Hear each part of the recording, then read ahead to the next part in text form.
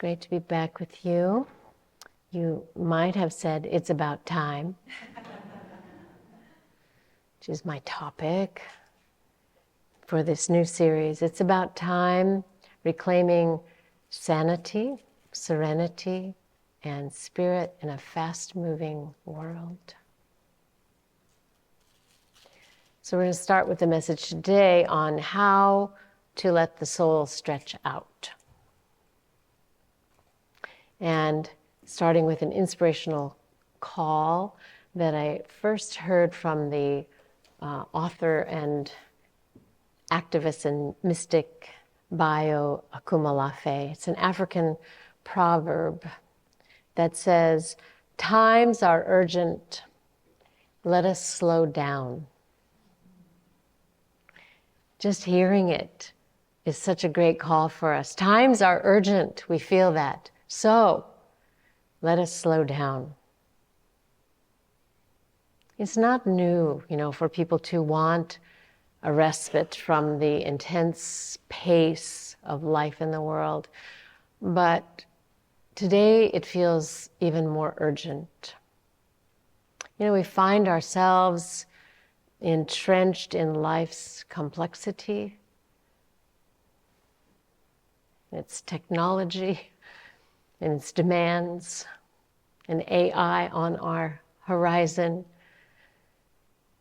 And we're often can be at a loss to recover the simplicity of time and space that fosters our sanity, our clarity, and our soul nourishment. And I'm aware, because I've tried so many, that even the best time management skill fails to nourish the soul. Well, because the soul is not in time. We just get better at doing more. And when we do, here's the thing. When we get better at doing more arrives to do. And if you have ever been on a quest like I have been and actually accomplished emptying out your inbox, you know that email begins to arrive at a pace and at a volume that you have never seen before. More arrives, more and more, because now people think you're someone who answers email. So how do we nourish the soul? There's a good question, isn't the soul by its very nature self-nourishing? Well, yes, like the sun always shines, but due to the rotation of the earth, its tilt on its axis, we don't see it at night, or even during the day. If we go inside, close the door, and pull those blackout curtains, we won't know that the sun is shining, right? So we must open ourselves to soul nourishment, to the nourishment of the soul. And with prayer and devotion, we open our hearts. With meditation and contemplation, we open our minds. And when we do that, then we can bring forth the discernment and the discipline that we need to open space in our life for that soul light to shine through. So we start with intentionally slowing down, deepening our breath. I hope you find yourself just kind of slowing your breath down a little bit, just hearing me talk about it. Gathering in our scattered attention, putting our phones down, making space for the soul to stretch out, inviting the light of peace, of love, of soul power and wisdom within us to light the way forward. So we're not just running out into the dark of ignorance, but we're inviting that soul light to shine forward for us. And we can look at the lives of the great ones and see how they did it, how they slowed down when things got most urgent. the Christian Bible, there's a story, there's a favorite story of mine that I have told you many a times, but it's worth repeating. So it's a story about the woman who's about to be stoned to death. And Jesus is there and caught in the conundrum between upholding the law or choosing compassion. So this is a story that shows up in the 8th chapter of John, and I'm going to read a bit of it to you from the New Living Translation of the Bible. Jesus returned to the Mount of Olives, but early the next morning he was back again at the temple teaching. A crowd gathered and he sat down and taught them. As he was speaking, the teachers of religious law brought a woman who had been caught in the act of adultery, and they put her in front of the crowd. Now, I have to say, just as an aside, given political climate about the rights of women, when I read this story, I think this is an old story. But it has a good twist to it, right? So, as he was speaking, the teachers of religious law brought a woman who had been caught in the act of adultery, and they put her in front of the crowd. "Teacher," they said to Jesus, "this woman was caught in the act of adultery, and the law of Moses says to stone her. What do you say?" So they were trying to trap him into saying something that they could use against him. But Jesus, at that moment, bends down and writes something in the dust with his finger. Nobody knows what he wrote. He was doodling. You just have to feel yourself in that scene, right? The urgency, how tense it was. What does the guy do? He doodles. And then when he stood up, he said, "All right, but let the one who has never sinned throw the first stone." And when the accusers heard this, they slipped away, one by one. Then Jesus said to the woman, "Where are your accusers? Didn't even one of them condemn you?" "No, Lord," she said. And Jesus said, "And neither do I." So, an angry crowd of lawmakers and a woman about to be killed. An urgent moment. What does he do? He slows it all down. He stops. And in a moment of urgency, he doodles. Not Googles, doodles.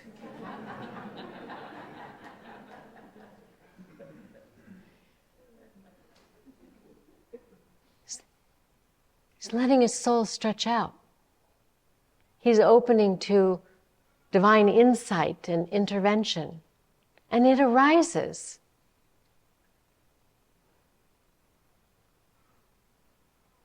We can do that. Then there's a story about Gandhiji, who was known for having his hour-long daily meditation practice, and he was committed to it. And then this story about how he adjusted that timing when he was faced with an unusually urgent, busy day of meetings ahead. His companions asked him how he was going to fit in his regular hour of meditation. And what he said to them was he was going to need to change it. He said, with so much urgence to take care of, instead of 1 hour that day, he would meditate for 2.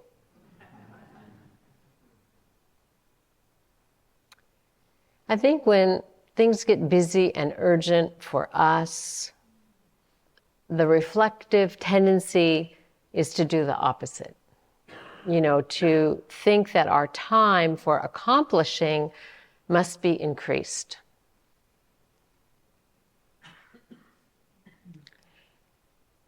And that that extra time for doing, for accomplishing, can be carved out of what we had set aside as our soul time. Busted.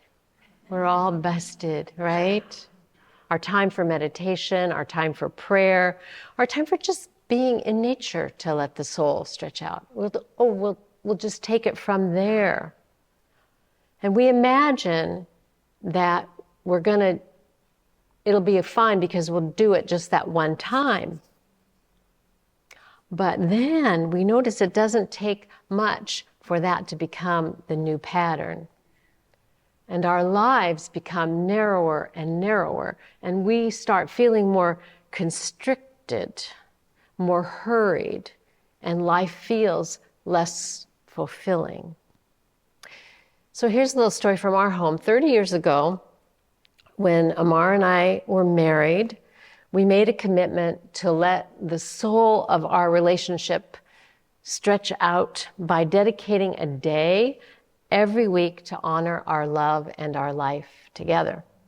So for decades, every Friday night, we lit candles together, offered prayers, and shared gratitude for our life, for the things that had gone on in the week that we were really thankful for. Gratitude for our life, for the blessings of our life, for our family, for our work, for one another, for the opportunity that we had been given. And this practice for us concluded our work week with gratitude and opened the space, just to be together. It was dedicated for that. No projects, no work, no conversations about work, no cell phones, no TV, news. Any of that or any conversation about it was off limits. Time specifically set aside to express gratitude, to feel love, to enjoy being together. We never missed a Friday. And even if we had to be apart, we would share our prayers over the phone and separately together light our candles and offer our gratitude. Then something happened. A pandemic. And somehow, and we've talked about it, and we can't say exactly how, but our Sabbath practice slipped away. And the main thought that we have about that is that the natural rhythm to our life of work and home was upended. And along with that, our Sabbath practice. So we still have time together that nourishes our relationship. We still share our love and express our gratitude nearly every day. But I want to say that holy space that we had opened up with a commitment to it collapsed. And now we miss it. So even though we have the various components of it, we miss it. And so we agree that we will begin again. And we know the commitment that it takes to do it. But we also know then we're fueled by the commitment of what it makes possible. So daily meditation practice is similar. If our practice is spacious and surrendered, meaning that we don't bring task orientation to our meditation practice, task orientation like meditating to try to get enlightened, meditating to try to become more efficient or more relaxed. None of that. No task orientation to your meditation. If your meditation is free of that, then you can let the soul stretch out. If you have an agenda about it, you may as well be sitting at your desk. So if we attend satsang or retreats regularly, and then we lose that rhythm, then we have to begin again. If we lose our meditation practice rhythm, then we have to begin again. I came across a quote by the Buddhist teacher Mingyur Rinpoche, and he said that meditation is like ending a dysfunctional relationship with ourselves. Isn't that the best? Meditation is like ending a dysfunctional relationship with ourselves. So this whole practice, not only meditation, but Sabbath, retreat, satsangs, other ways in which we let the soul stretch out, is ending a dysfunctional relationship with ourself. So whether it's through meditating every day or having a weekly Sabbath practice or regularly attending spiritual retreats, all of those options are ways that we let the soul stretch out, that we get back in touch with our essence of being, and to commit again and again to being fully functional, healthy, spiritual beings, open to the fullness of our life. And I want to say that to create the space and time, for you to get here today, for you to tune in today, is a radical act. It really is, because it requires us to carve out that time, to take and invest a piece of our precious time in something that is open-ended, not goal-oriented, and not intended to be productive. You're like, wait a minute. I'm not going to get something out of it? Now, I want to say that there is a side note warning about this, like your meditation, not being productive. And that side note warning is that there's a common ego end run, let's call it that. Common ego end run that is attempted when the soul is stretching out. And that end run by the ego is the rationale that time spent in meditation will make us more effective. Like the time that you spend letting your soul stretch out is about being better at doing what is considered most important in your life. It's backwards. So while becoming more effective may happen, going into our meditation as an exercise in self-improvement is a path to finding more frustration than fulfillment in meditation. And I would say to set up a Sabbath practice with your partner to improve your relationship is the same mindset. And probably it's better to go to therapy for that. So times are urgent. Let us slow down. Be radical. Return to the root. Return to yourself. Give up the idea, the requirement, the constriction that soul time needs to be useful or productive.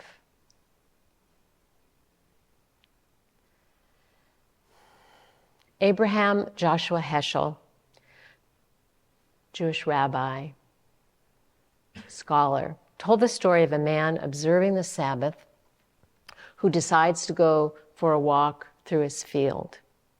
And while he's out walking, he notices that there is a broken down place in the fence. He thinks about what's required to repair it and decides to repair it tomorrow, the next day. And later, when he's reflecting on the Sabbath, on this time set aside to let the soul stretch out, he considers how it was that he was thinking about the work of fixing the fence. And so he decides that he will let the hole in the fence always remain as a reminder that the Sabbath time is not for thinking about work. It's not for thinking about what you're going to do. And so he surrenders this whole thing to have this reminder. And there's a story in the Talmud about it that in time, a tree sprouts up and grows in the empty space in the fence. An indication, a showing of how when we let go, the activity of grace can come through in our lives. And I want to close with a beautiful poem by Lynn Ungar from her book, Bread and Other Miracles. It's called Camas Lilies. The camas lilies are like a wild lily. They look like little purple stars. Consider the lilies of the field, the blue banks of camas opening into acres of sky along the road. Would the longing to lie down and be washed by that beauty abate if you knew their usefulness? How the natives ground their bulbs for flour, how the settlers' hogs uprooted them, grunting in gleeful oblivion as the flowers fell. And you, what of your rushed and useful life? Imagine setting it all down. Papers, plans, appointments, everything, leaving only a note. Gone to the fields to be lovely. Be back when I'm through with blooming. Even now, unneeded and uneaten, the camas lilies gaze out above the grass from their tender blue eyes. Even in sleep, your life will shine. Make no mistake, of course, your work will always matter. Yet Solomon in all his glory was not arrayed like one of these.